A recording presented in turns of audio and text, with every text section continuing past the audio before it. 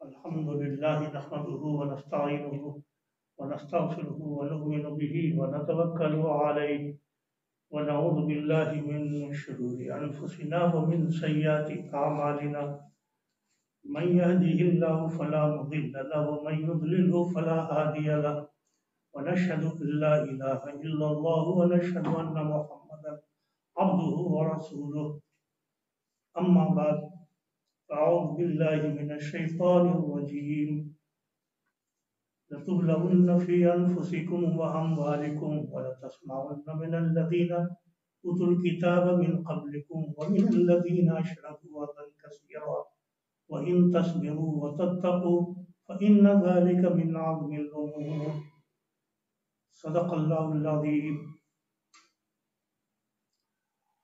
حاضرین اور ناظرین، السلام علیکم ورحمۃ اللہ وبرکاتہ۔ ربیع الاول کے اس مبارک مہینے میں مسلم ممالک میں بالخصوص اور پوری دنیا میں بالعموم محسن انسانیت سرور کونین حضرت محمد مصطفیٰ صلی اللہ علیہ وسلم کی یاد میں جلسے منعقد ہوتے ہیں۔ ان کی سیرت، ان کا پیغام، ان کی شریعت، ان کی دعوت اور ان کی شخصیت پر اظہار خیال کیا جاتا ہے اور ان کی شان میں بلہائے عقیدت پیش کیے جاتے ہیں۔ اللہ تبارک و تعالیٰ نے ایک ایسی شخصیت دنیا میں بھیجی جس کی تعریف جتنی بھی کی جائے وہ کم ہے، اور انسان اس ذات والا گوہر کی تعریف کیا کرے گا جس کی تعریف خود اللہ تبارک و تعالیٰ نے کی، اور یہ فرمایا وَرَفَعْنَا لَكَ ذِكْرَكَ، اے محمد صلی اللہ علیہ وسلم ہم نے آپ کے لیے آپ کا ذکر بلند کر دیا ہے۔ غالب نے کہا تھا کہ غالب ثنائے خواجہ بیضاں گذاشتیم کہاں ذات پاک مرتبہ دان محمد است۔ نبی صلی اللہ علیہ وسلم جس پیغام کو لے کر آئے، جس مشن کو لے کر کے بڑھے، جس دین کی اشاعت کا بیڑا اٹھایا، اس کے لیے آپ نے بڑی تکلیفیں اٹھائی، بڑی مصیبتیں جھیلی، آپ کی جان و مال پہ حملے ہوئے، آپ کی راہ میں کانٹے بچھائے گئے، آپ کو قتل کرنے کی مسلسل سازشیں ہوئی، آپ کو گھر بار سے نکالا گیا، لیکن جواب میں آپ نے اپنے دشمنوں کو ستایا نہیں، مارا نہیں، دشنام ترازی کے جواب میں دشنام ترازی نہیں کی۔ پھر آپ نے کیا کیا؟ قرآن کریم کی جو آیت میں نے تلاوت کی ہے اس میں اس مشن کا خلاصہ، اس مشن کا طریقہ کار اور محمد صلی اللہ علیہ وسلم کی دعوت کے نتائج اور دعوت کے آگے بڑھنے کے امکانات کی طرف اشارہ کیا گیا ہے۔ قرآن کریم میں یہ کہا گیا کہ اے مسلمانوں، تم ضرور بالضرور اپنے مالوں کے سلسلے میں اور اپنی جانوں کے سلسلے میں آزمائے جاؤ گے۔ یہ آزمائش انبیاء کی سنت ہے۔ دنیا میں جتنے نبی آئے سب کو آزمائشوں سے گزرنا پڑا، اور حضور نبی کریم صلی اللہ علیہ وسلم تو بار بار آزمائشوں سے گزرے۔ مال کی بھی آزمائش ہوگی اور جان کی بھی آزمائش ہوگی، تمہارے گھروں پہ حملہ ہوگا، تمہاری جائیداد پہ حملہ ہوگا، تمہارے کاروبار پہ حملہ ہوگا، تمہارے اولاد کو نقصان پہنچایا جائے گا، اور تمہاری جانوں پر بھی حملہ ہوگا۔ لَتُبْلَوُنَّ فِي أَمْوَالِكُمْ وَأَنفُسِكُمْ، تمہاری جانوں پر بھی حملہ ہوگا۔ وَلَتَسْمَعُنَّ مِنَ الَّذِينَ أُوتُوا الْكِتَابَ مِنْ قَبْلِكُمْ، اور تم سے پہلے جن لوگوں پر اللہ تبارک و تعالیٰ نے کتابیں نازل کی ہیں ان کتابوں کے حاملین بھی تم کو اذیت پہنچائیں گے۔ حاملین کتاب میں اس وقت یہود و نصارہ تھے، اور دوسرے اہل کتاب کو بھی آپ شامل کر سکتے ہیں، مثلا مجوسی جن کو شبہ اہل کتاب کہتے ہیں، تو ان سے تکلیف دہ باتیں سنو گے. والذین اشرکوا ومن الذین اشرکوا، اور مشرکوں سے بھی تم تکلیف دہ باتیں سنو گے. وہ اذیت پہنچائیں گے زبان سے، قلم سے، اپنے رویے سے، برتاؤ سے تم کو تکلیف پہنچائیں گے. یہ ہوگا اگر تم مسلمان ہو، اپنے رب پر ایمان لائے ہو، تو تم کو ان آزمائشوں سے گزرنا پڑے گا، ان اذیتوں کو سننا اور سہنا پڑے گا. لیکن ان شرارتوں کے جواب میں، ان اذیتوں کے جواب میں اور ان مصیبتوں کے رد عمل میں تمہارا رویہ کیا ہونا چاہیے، قرآن کریم نے اس کو متعین کر دیا. فرمایا کہ وَلَا تَسْمَعُنَّ مِنَ الَّذِينَ أُوتُوا الْكِتَابَ وَمِنْ قَبْلِكُمْ وَمِنَ الَّذِينَ أَشْرَكُوا أَذًى كَثِيرًا وَإِن تَصْبِرُوا وَتَتَّقُوا فَإِنَّ ذَلِكَ مِنْ عَزْمِ الْأُمُورِ. تمہارا ایک رویہ تو یہ ہو سکتا ہے کہ تم پتھر کا جواب پتھر سے دو، اینٹ کا جواب اینٹ سے دو، تھپڑ کا جواب تھپڑ سے دو، تلوار کا جواب تلوار سے دو، گالی کا جواب گالی سے دو. ایک ہو سکتا ہے یہ انسانی نفسیات ہے. لیکن ایک وہ قوم جس کا ایک مشن ہو، جس کی ایک دعوت ہو، جس کا ایک نقطہ نظر ہو، اور جو خدائے وحدہ لا شریک کے دین کو برپا کرنے کے لیے دنیا میں آئی ہو، یہ اس کا طریقہ کار نہیں ہو سکتا. اس کا طریقہ کار کیا ہو سکتا ہے؟ قرآن کریم میں 2 لفظوں میں بیان فرمایا. یہی 2 الفاظ ہیں جو رسول اللہ صلی اللہ علیہ وسلم کی پوری زندگی، پوری شخصیت، پورے مشن اور پوری دعوت کو ڈیفائن کرتے ہیں. 2 الفاظ یہ ہیں کہ وَإِن تَصْبِرُوا وَتَتَّقُوا. پہلی بات یہ ہے کہ تم صبر کرو. گالی کے جواب میں گالی مت دو، مار کے جواب میں مار پٹائی مت کرو. جو کانٹے بچھاتے ہیں انہیں کانٹے بچھانے دو. تم وہ کام ہرگز نہ کرو جو کفار و مشرکین تمہارے ساتھ کرتے ہیں. صبر کرو. صبر کا مطلب یہ نہیں ہے کہ اپنے موقف سے دستبردار ہو جاؤ. صبر کا مطلب یہ نہیں ہے کہ اپنی دعوت سے دستبردار ہو جاؤ. صبر کا مطلب یہ نہیں ہے کہ اپنے مشن سے سمجھوتا کر لو. صبر کا مطلب یہ نہیں ہے کہ تم اپنے موقف کو چھوڑ دو. صبر کا مطلب یہ نہیں ہے کہ جس کام اور جس مشن کے لیے تم اٹھے ہو اس سے مایوس ہو جاؤ. بلکہ صبر کا مطلب یہ ہے کہ اپنے موقف پر ڈٹے رہو، اپنی دعوت پر جمے رہو، اپنے مشن پہ قائم رہو، اور جو تکلیفیں پہنچتی ہیں ان کو اللہ کے لیے گوارا کر لو، ان کو اللہ کے لیے برداشت کر لو. لیکن اپنے مشن سے دستبردار مت. صبر کا مطلب یہ ہے. وَتَتَّقُوا لَا يَضُرُّكُمْ كَيْدُهُمْ شَيْئًا. اور دوسرا رویہ تمہارا یہ ہونا چاہیے وَتَتَّقُوا، کہ تقوی اختیار کرو. تقوی کیا ہے؟ تقوی برائیوں سے بچنے اور اچھائیوں پر عمل کرنے کا، کہ تم خود اپنی طرف سے کوئی برا کام نہ کرو، کوئی ایسا اقدام نہ کرو جس سے شر اور بڑھ جائے. نبی کریم صلی اللہ علیہ وسلم کی پوری دعوتی زندگی انہی دونوں اصولوں پہ قائم تھی. اور آج جب ربیع الاول کے مہینے میں ہم رسول اللہ صلی اللہ علیہ وسلم کی سیرت کو یاد کرتے ہیں تو ہم ان حالات کو بھی دیکھتے ہیں کہ جن حالات میں آپ نے شرار کفر کے درمیان اسلام کی دعوت دی، اور پھر آپ نے صبر اور تقوی کی زندگی اختیار کرتے ہوئے اسلام کو اور دین کو اور شریعت کو تکمیل تک پہنچا دیا. ان حالات کا مقابلہ جب آج کے حالات سے ہم کرتے ہیں تو ہمیں یہ لگتا ہے کہ شرار ظلم وہی ہے، صدائے جافتہ بھی وہی، زمین قلب پہ رحمت کا آسمان بھی نہیں. جنوں کی راہ میں منزل ہے ان کا نقش قدم، گناہ کے دھوپ میں تمثیل ہے صاحبہ بھی وہی.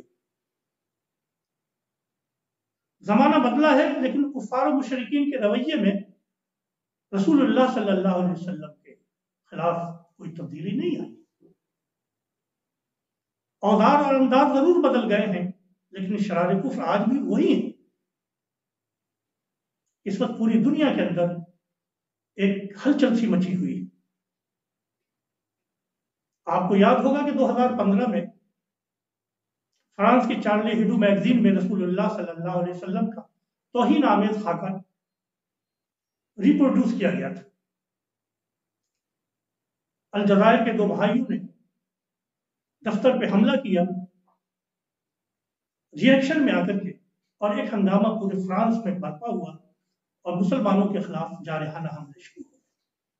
5 سال کے بعد آج پھر انہی کارٹونوں کی نمائش کی جا رہی ہے اور مسلمانوں کے دل آزاری کی جا رہی ہے۔ مسلمانوں کی دل آزاری بار بار کی جا رہی ہے، رسول کریم صلی اللہ علیہ وسلم کی شخصیت پہ حملے بار بار کی جا رہے ہیں، اور مسلمانوں کو مشتعل کرنے کی مسلسل کوششیں ہو رہی ہیں۔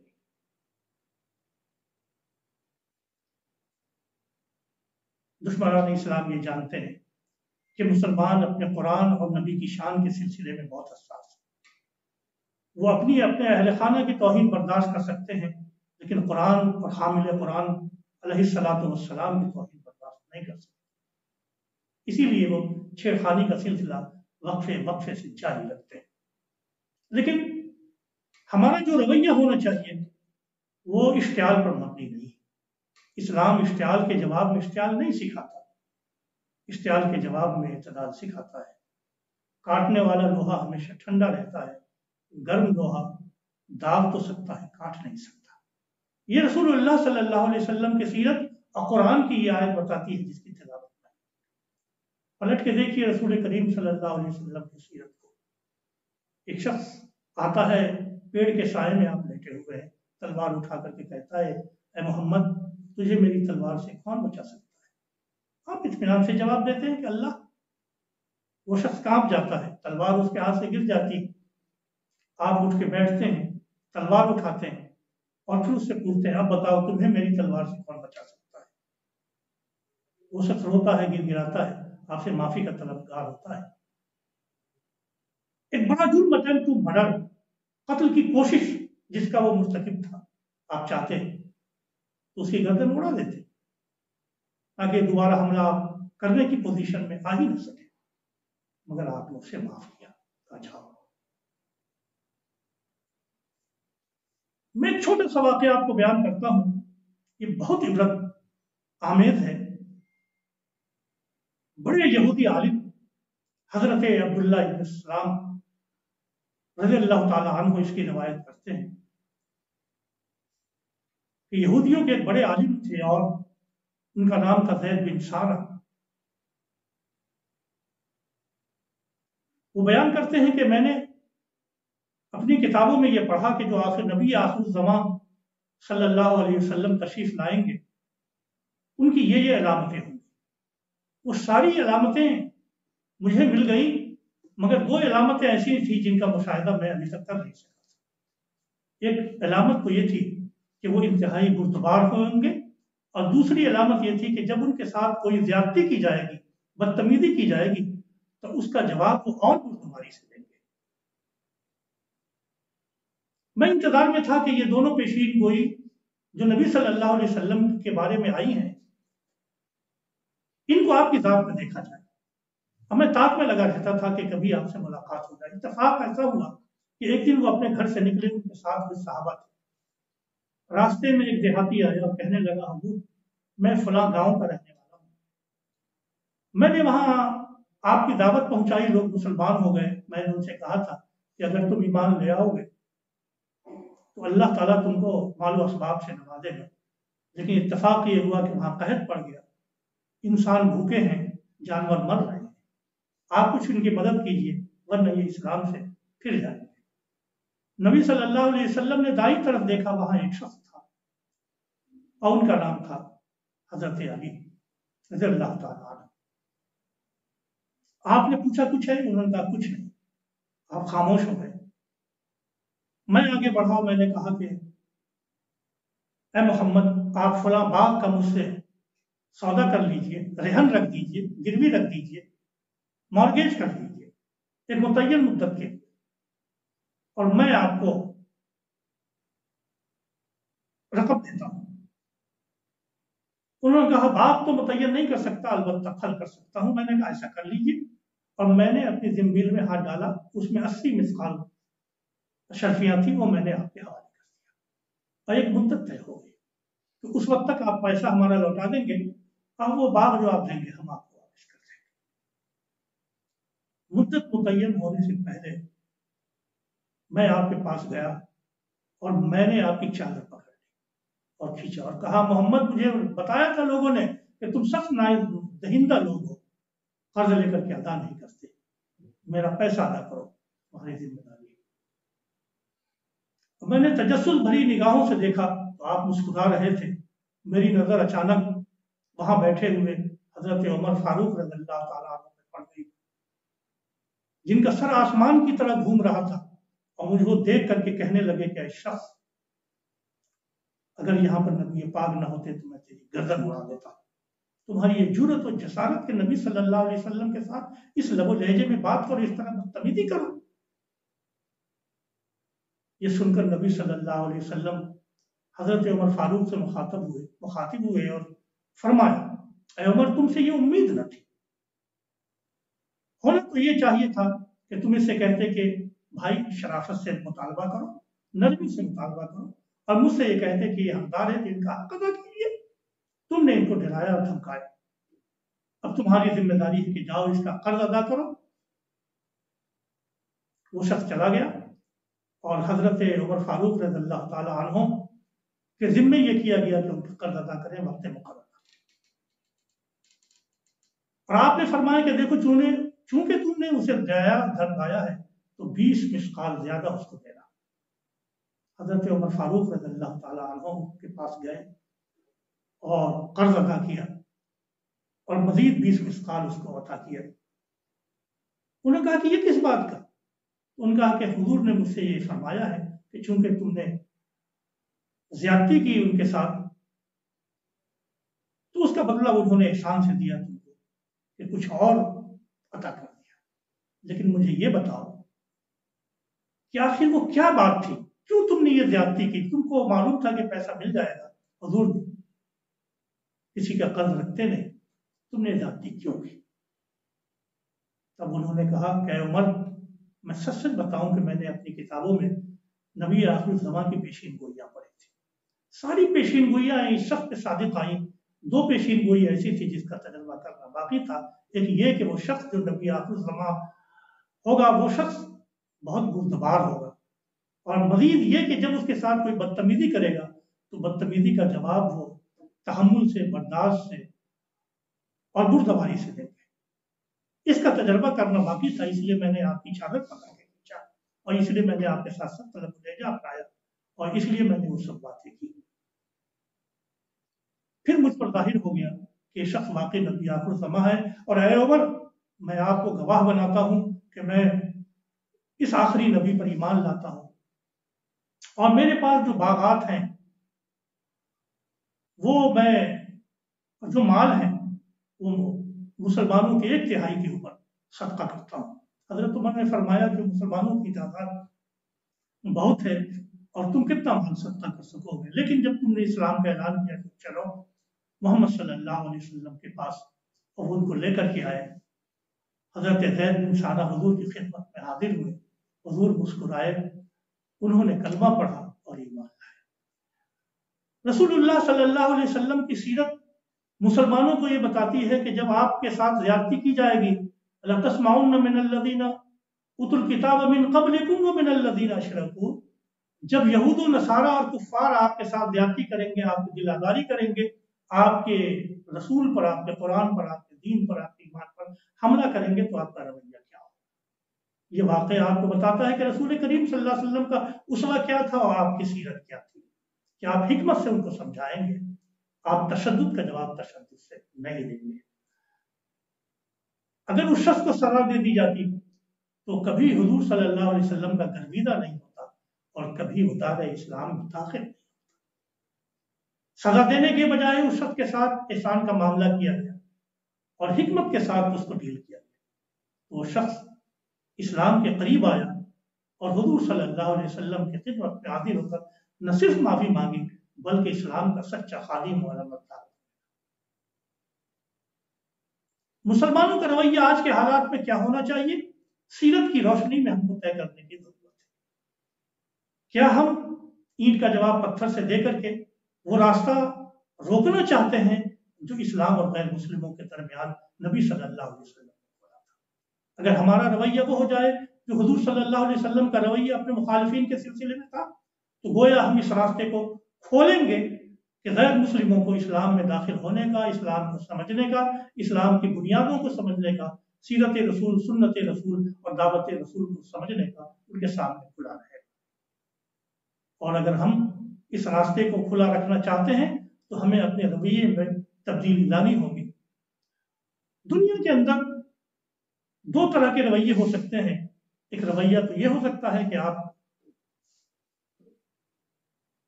زیادتی کے جواب زیادتی سے دیں، حق ہے، لیکن وہ رویہ کہ جس میں عدل سے زیادہ احسان، احسان سے زیادہ اپنے آپ کو ایک مشن کے لیے قربان کرنے کا جذبہ پیدا ہو جائے، تو ہم یہ سمجھتے ہیں کہ نبی صلی اللہ علیہ وسلم کی سیرت کا حق ادا ہو سکتا ہے۔ آج سے 150 سال پہلے صوبہ متحدہ ہندوستان کے انگریز گورنر سر ولیم میور نے کتاب لکھی تھی، دی لائف آف محمد۔ اس کتاب میں نبی صلی اللہ علیہ وسلم کی سیرت و شخصیت، خاندانی زندگی اور دوازی زندگی اور خاص طور سے ازواج مطہرات، ان سب پر انہوں نے رقیق اور نازک بات کی۔ مسلمانوں میں بڑا غم و غصہ تھا۔ اس زمانے میں علی گڑھ مسلم یونیورسٹی کے بانی سر سید احمد خان، وہ بھی اس کتاب کو پڑھ کر کے بے چین ہوئے۔ انہوں نے کہا کتاب کو پڑھ کر کے میرا دل جل کے کباب ہو گیا۔ وہ گورنر تھے اور یہ منصف تھے، انہوں نے اس کتاب کا معقول اور مدلل جواب الخطبات الاحمدیہ لکھ کر کے دیا۔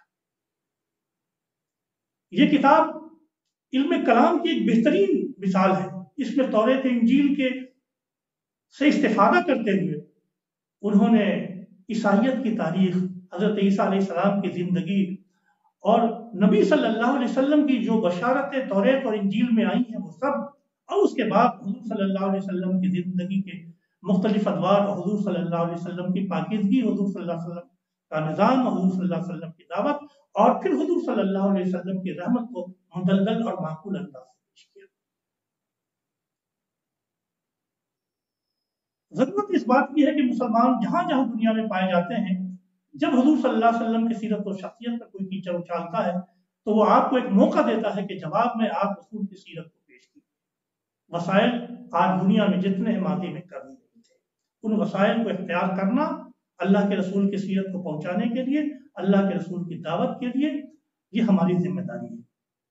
یہ کام پڑھے لکھے لوگ کر سکتے ہیں، یہ کام دانشور کر سکتے ہیں، یہ کام علماء کر سکتے ہیں، یہ کام اہل علم اور اہل عقل کر سکتے ہیں۔ اسی لیے قرآن کریم نے کہا فَإِنَّ ذَلِكَ مِنْ عَزْمِ الْأُمُورِ وَإِن تَصْبِرُوا وَتَتَّقُوا فَإِنَّ ذَلِكَ مِنْ عَزْمِ الْأُمُورِ۔ یہ بڑے حوصلے کا کام ہے، یہ بڑے ولولے کا کام ہے، یہ بڑی ذمہ داری کا کام ہے، یہ بڑی دانشوری کا کام ہے۔